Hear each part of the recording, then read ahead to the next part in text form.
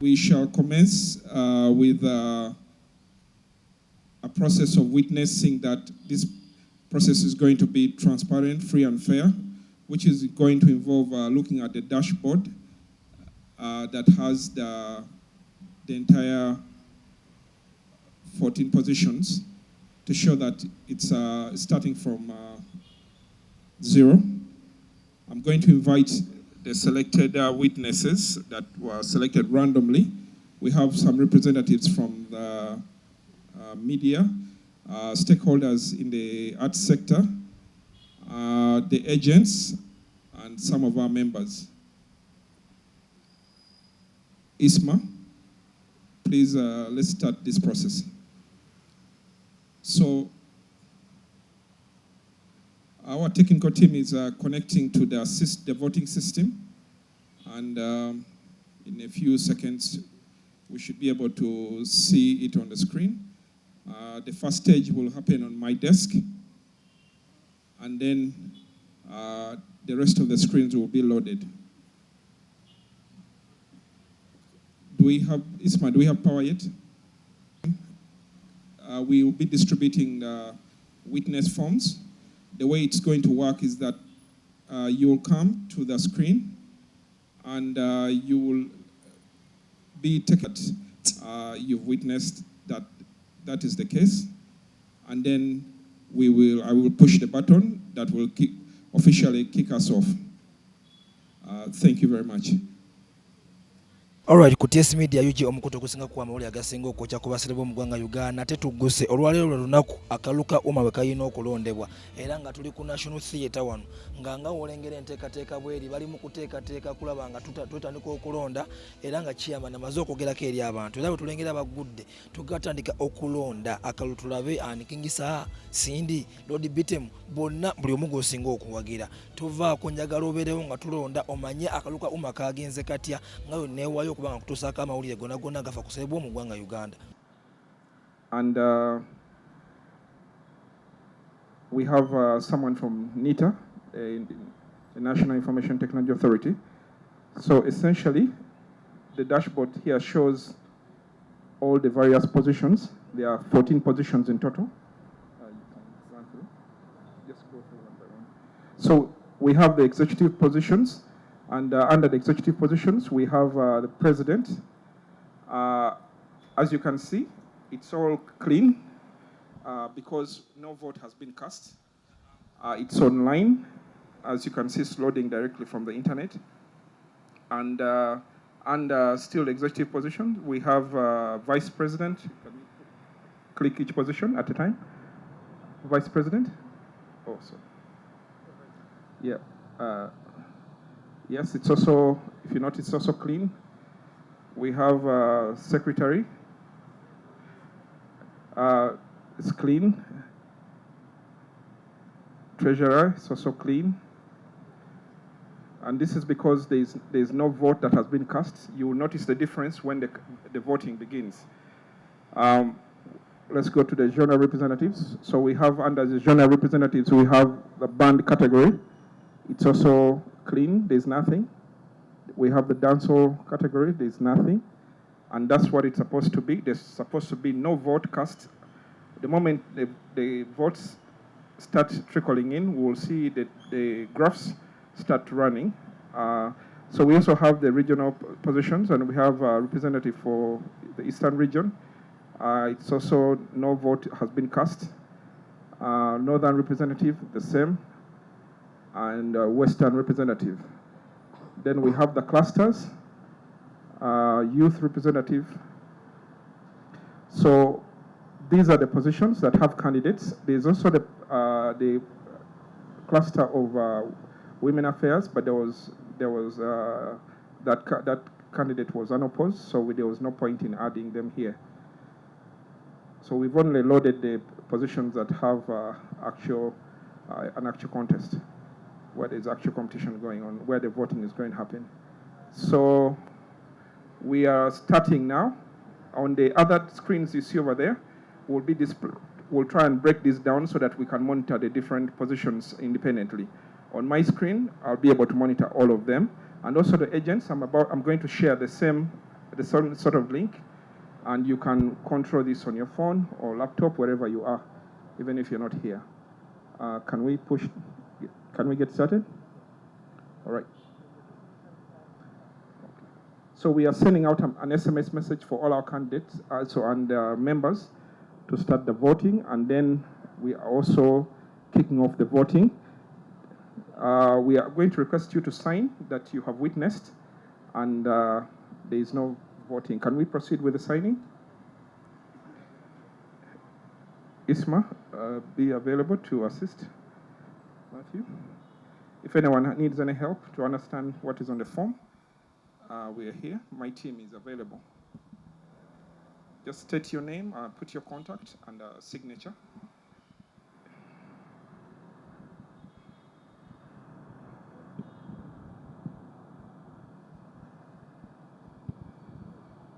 Your signature is very important to attest that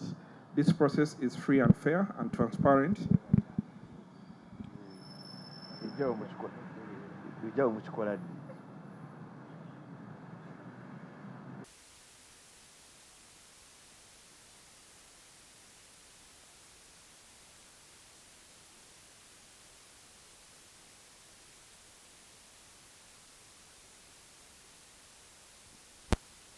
An SMS to all the members. If there are any members here who are eligible to vote, the voting has commenced. As you may see on the screen already, we have votes trickling in.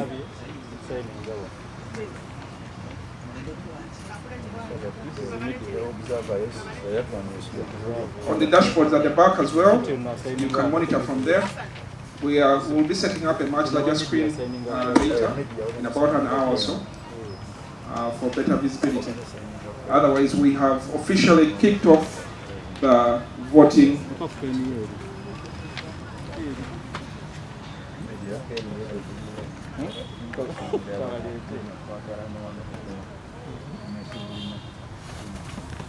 Yes, the votes are coming in.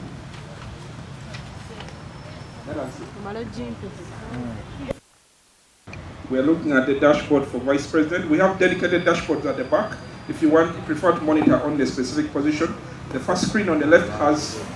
President. It's dedicated to the position of President, and it will be refreshing every minute.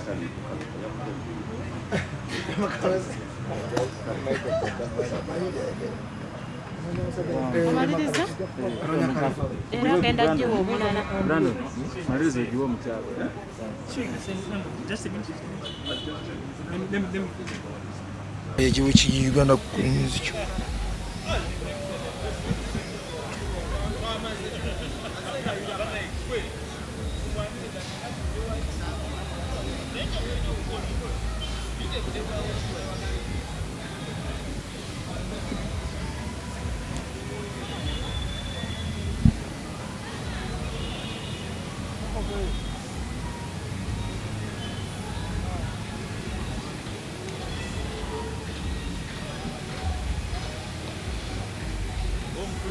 tizinabo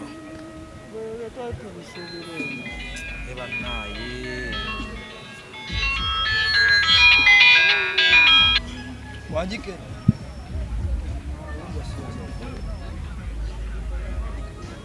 kadi nzabagaji tuteko negenda kutanga kuja kulifanya kubanga bade njagala kukwatirako nenge yange judde nga njagala kujjako bifaana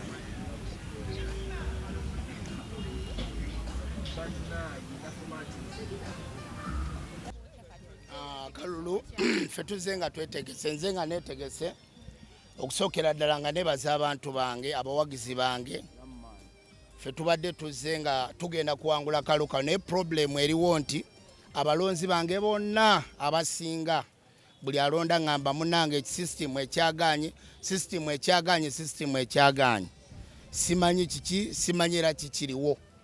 so simanyi era saawa eno kenakatuuka bwenti ngenda ndabe electoral commission saawa eno nkoleki ndabe ddala ki ekiriwo ki ekigenda mu maaso so mu saawa eno ngenda complaininga ku system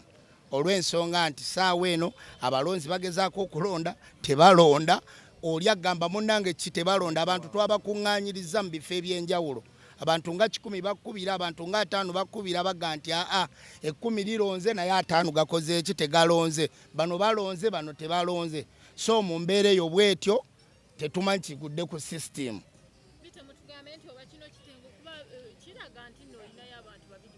No, ekitengo omuntu agenda okuwangula omulaba gwe ku bantu benesimbyewo nabo olina candidate gwe walabye wano omusajja omuvumu n'omusajja omuwanguzi olwaleero nkiwasibaddewo ndowooza ebyuma we bifiiridde mubaddeko nga mulaba nsubira nze mbadde waggulu oba okitegeera so mu mbeera eyo obuwanguzi nze mbulina nnonye buwanguzi siri mu muzannyo naye obuzibu obubaddewo bwe nti system tekola kati nze nkole ki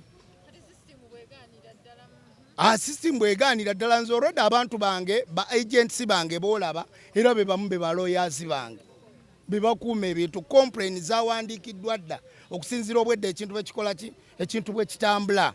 so system bwe baddala ng'egaanye awo electoral commission gye tulina okutunuulira yeyina otunnyonnyola mbu kiki mu mbeera kirwaki ebintu bigaanye kuba tubitegekedde ebbanga tumaze ebiseera tukoze buli kimu kyonna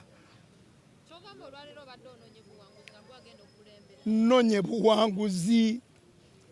buwanguzi era nzize kuwangula togamba nti nzize kuzanya abantu bajja singa tebagaba abantu kubeera nombuki mbayisa abalala bagenda kujja wano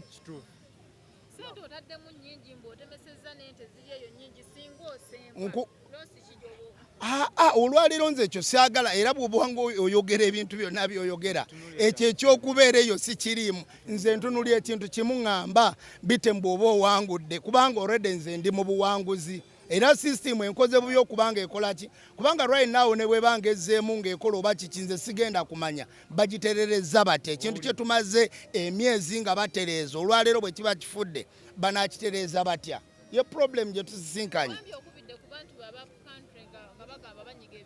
Yes, babinyize nga tebiyitamu oli agamba nti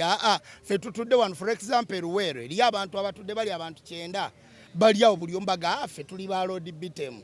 bw'okuba ekaseese nyina abantu bali eyo batudde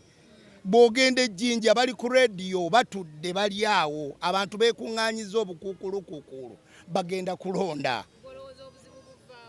obuzibu buvudde mu network system eno kwegamba ekintu kino era olwaleero kana akalulu akaffe pozi n'akaaba amawulire akaaliwo akaali ku online ke kalulu akabadde ak'amaanyi akabadde kagenda okubeera online kyandibadde very okay singa kabadde successful naye ate obuzibu obuliwo nti kakoze eki saawa eno wekaba nti baga system egaanye system ekoze eki ebintu bino ebya tekinologi ebizibu nnyo oyinza n'okwekanga nga olwaleero tuli wano ng'abantu bahakinze dda mu system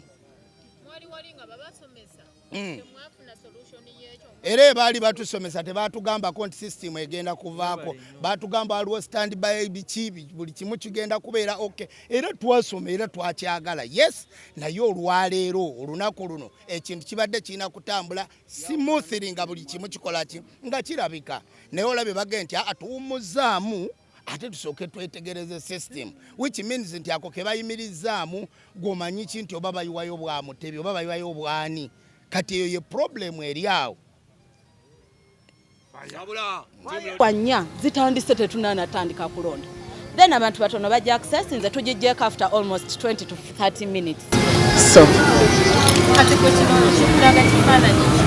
no tekina kifaananyi kyekindaga nti system egaanye okukola naye nze kyeŋŋamba then let's put a fair election ena favoringa buli omu ebya online webiba bitulemye then tukole gundi endala option endala nga bulijjo tulonda abakulembeze b'eggwanga ne tusimba layini kakati ramusiza nyabo ngera we mulaba embeera eriwo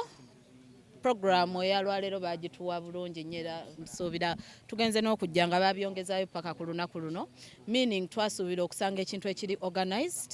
ng'era programu etwagiweebwa naye okuvayo twatuuse wano system nfu system teziriiko kulonda kulimu ebintu by'okutankana bingi which means the UMA Association is not ready for this, for the online thing in particular. Ekisooka tebasensitizinze muntu yenna ku kino. Okulonda kwa online kutegeeza tugenda kulondera ku system.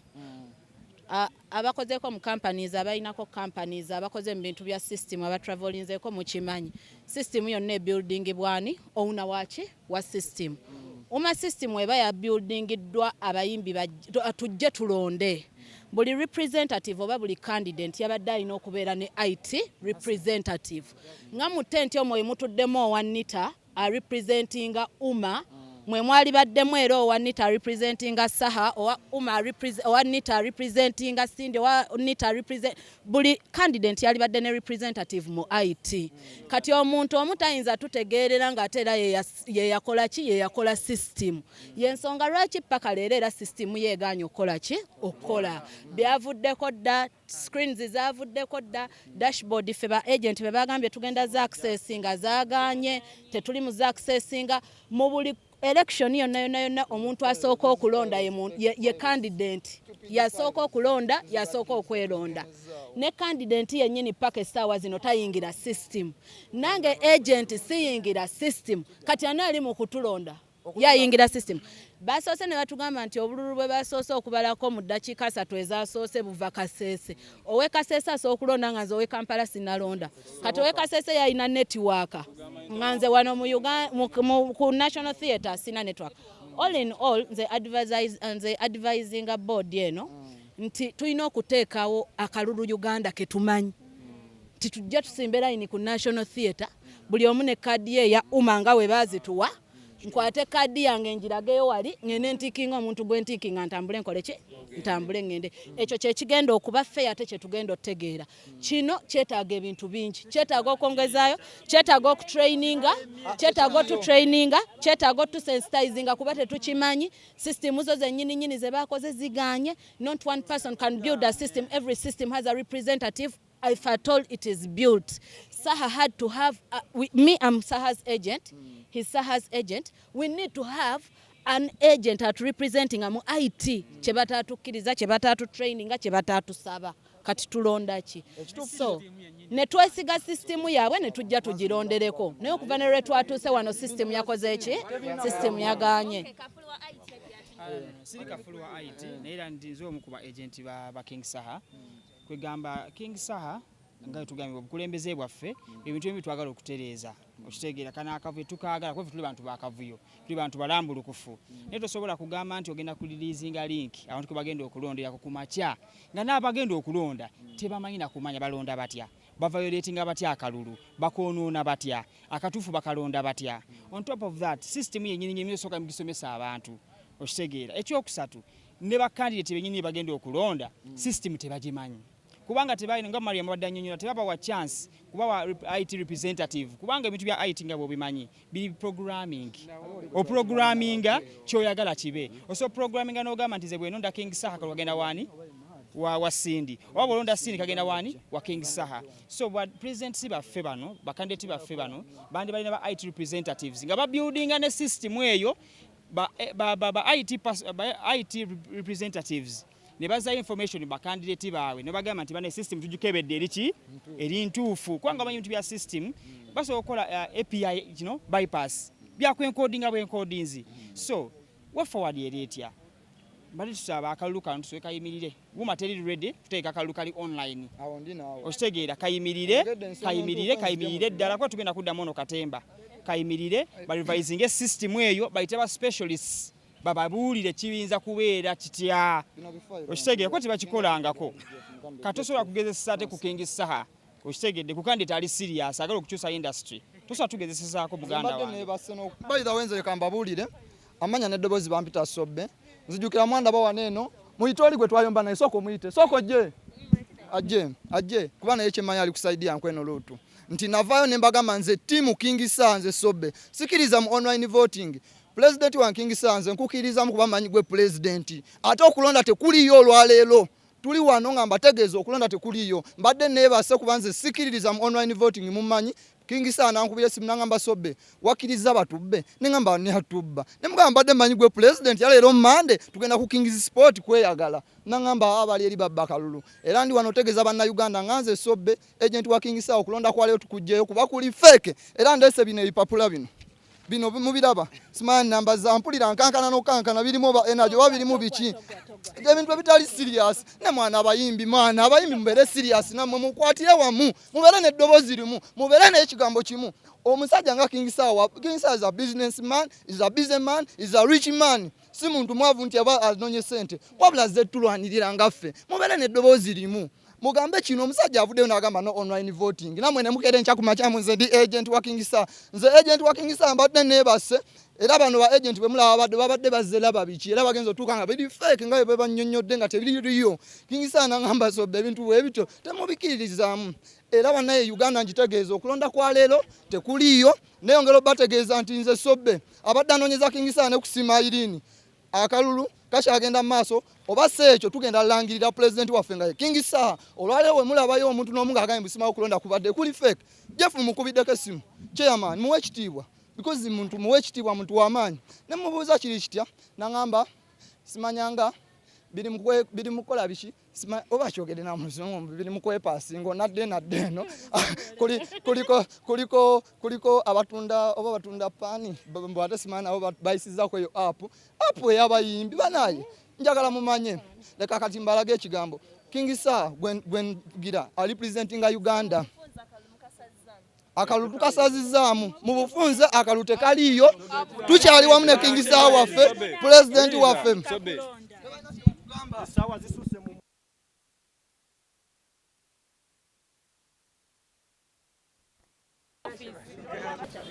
waliwo no buzibu gwolina wobulaba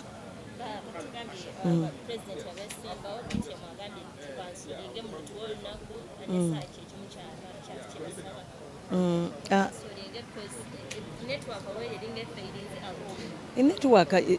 tuli mu Uganda n'amasanyalaze gavaako ng'okola ekintu naye screen zokka sigamba nti eri basobola kulonda bakyalonda naye nga screen zo ziganye naffe tugezaako okulaba nti buli kimu kitu kikomyawo naye ng'okulonda kwoko kyagenda maaso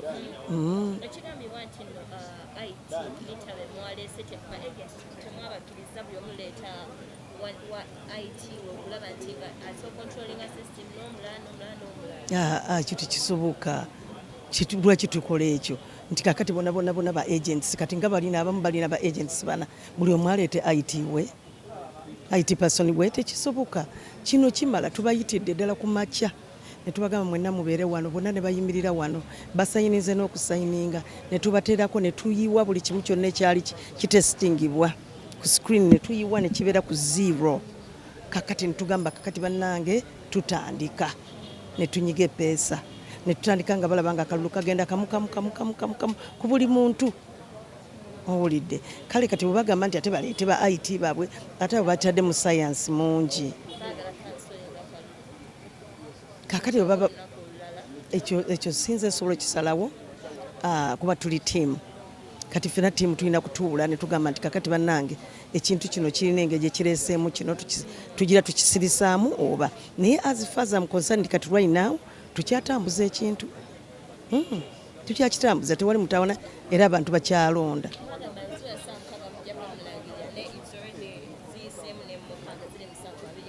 twatandise late twatandise abantu bawano bwe bagamba ssaawa 3 tuba tutandika bajja late kakati busenga twatandise nga fefe kafe tuliwo kyandirabise kitya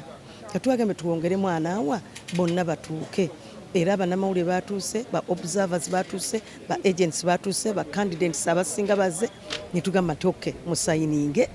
nti mulabye ekintu kino era ne basayininga so basically twakikoledde mu mazima babiri bakumiikiriza kati nanga nze jjukira nange ndi muyimbi owulidde olwa bino byonna naye ndi muyimbi senga nekubamu neŋŋamba senga mbadde ku sayidi eri nandibadde ndi mu panic mode kati mpanikinga naye nga mbagumyanga nze maama nti bagira baguma kubanga ekintu kino tetukiriimu ffekka bannange ekintu kino tukiriimu na ffenna abayimbi ffenna tuli mu kintu kino twakisalawo ffenna ate nga tulina slogan together we can kati together ffenna tujja kukisalira amagezi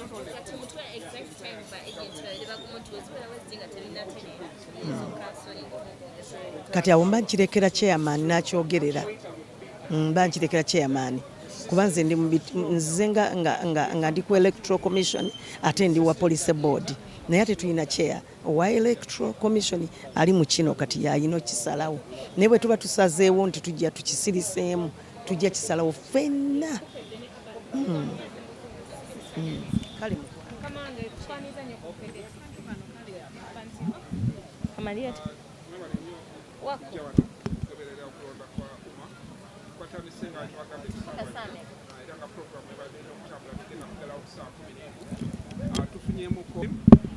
tulindamuko katono tukole provisional announcement okulaba we tutuuse.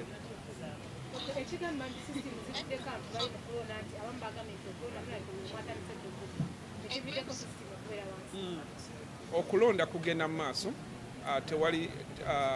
tuli transparent nga bwe twasuubiza era akalulu kagenda kusigala nga kali auditable. Omuntu yenna ayina kyemulugunya twataddewo emmeeza awandike kyemulugunya akisubmitting otherwise olunaku lukyali nga bwe twagambye tugenda kugalawo saa 11 twabasuubiza twataddewo ne backup nti eno system we getting us slow nga tugulawo endala era tugambye abakugu baffe bagulewo channel eyokubiri balonde era tugenda kuweereza bamemba baffe message bakitegeera naye ngaokulonda kugenda mu maaso tewali buzibu nnyo buli awo butasoboka kutereza.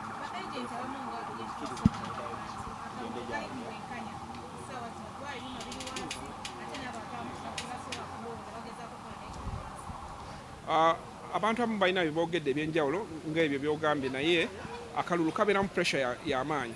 Buli wobeeraawo ng'oli ku tension olaba owangula oba towangula osobola otandika okuyiiyaawo by'oyiiya naye ng'ekyo kisuubirwa okulondako okugenda bulungi ssaawa zinawerera 11 buli omu ajja kuba alonze n'oyo atanalonda ssaawa zino bulimuko kudile kubamu naye abalala balonda bagenda maaso. Omuntu ali mukulaba kusanyuka TV sign ayagala kumanya status eri etya because one would send akalulu kacyankalanye one would send security eri beefed up here tebamanyi kigenda maaso gwe ekigambo kiva mu horse's mouth status ye akalulu eyimiridde akalulu katambula obululu buyingira status eriwo nti akalulu kaslowinzeemu ng'ona agamba speed ekendedde speed ekwatawadde tusuubirira okutambula eringa ekendedde kubanga traffic jam alinga abadde omungi. Tugambye nti twadde tutaddewo ekkubo limu lya USSD tusazeewo twongereko n'ekkubo eryokubiri erya web era ssaawa yonna tugenda kugulawo ne channel eyokubiri abantu abatasobodde ku USSD bakozese ku channel eyokubiri naye nga zombi zitambula zombi amakubo gagenda wamu mu kitawo kyekimu ekigenda okubalibwamu obululu. Kyekiviiriddeko slowness eno gy'oli mu kwogerako. Enkola ya system ya gavumenti eyanita eya SMS tetera kubeera na pressure mulundi gumu so tebagigezesanko ku level eno. Abalonzi ba umma bangi nnyo bali mu ggwanga lyonna tebatera kubeeraawo ne bagikozesa mulundi gumu naye olwaleero tugambye tusimbudde buli omu n'anyiga ndowooza tebadde tebakitestingangako naye nga okulondako okugenda mu maaso. Otunula ku sides ne sides eri neeno campus ezimu zigamba teziri comfortable and contented kugenda mu maaso. What next? Kituufu babeera nga balimu okwemulugunya twataddewo dda ne complaint desk abalina kye batategeera basobola okujja ne tubanyonyola era nekyo ekimu kye tuli mu kukola n'abamawulire twabayise wano nga tutandika ne tubagalaga nti akalulu kali ku 00 era ne mukakasa ne tusumulula ne katandika okutonya era obululu bukyatonya mpola mpola tewali agenda kubibwa ekintu kikyali free and fair. Sometimes technology ayinza okubeeramuuko n'asikatiramuuko naye tekitegeeza mbu waliwo akakuttemu tewali akakuttemu akalulu kalina basuubiza akalulu kajjana kuba kamazima era amazima getambulyako n'essaawa zino. Of course bwe mubadde mupanga mataddewo ne tent y'aba observers but bwe tugezaako okwogera n'abamu ku bo balaba nga waliwo bitatambudde bulungi. What next? Era bajja tuwa endowooza zaabwe tulabe we tunaggwera era tulina forms ez'enjawulo nga tujja kukwata ebirowoozo byabwe we tunaggwera tujja kuba tumanyi we kitambudde wekiba nga waliwo eddala ekitambudde nga kyetaagisa okusalawo okupya tujja kusalawo naye for now tukyali ku mulamwa gwe gumu. Ambaddeko mu kampu emu nga waliwo kampu eri mu kutiisatiisa okuva mu kulonda kuno kiba kitegeeza kijje muli okutiisatiisa okuva mu kulonda n'okulondebwa kuno nga bategeeza nti balina kye baagala okukolawo because of technology being down bo bavuddemu mu kulonda kuno. Ekyo tetunakiwulirako tetunafunako communication ba agents twabawodde wano desk twabawodde ne complaint desk ne tubagamba omuntu yenna alina kyemulugunya waddembe okuwandiika mu butongole n'atubuulira tetunafunako omuntu yenna awandiise mu butongole n'atunyonyola so suubira nti tukyagenda mu maaso. kale confirmation eri abatulaba nti okulonda kukyagenda maaso. Okulonda kukyagenda maaso nga tubasuubiza just kyetwafunyemu nti speed yakendedde era tuguddewo ssaawa zino tubadde tutesiza tugulewo ekkuba eppya eryongera kulirya mu jama akendere era tuli mu kikola ssaawa yonna tugenda kuweereza message mamemba bonna naye okulonda kugenda maaso. Okay, ali mukulaba Sanyuka TV chairman wa Uganda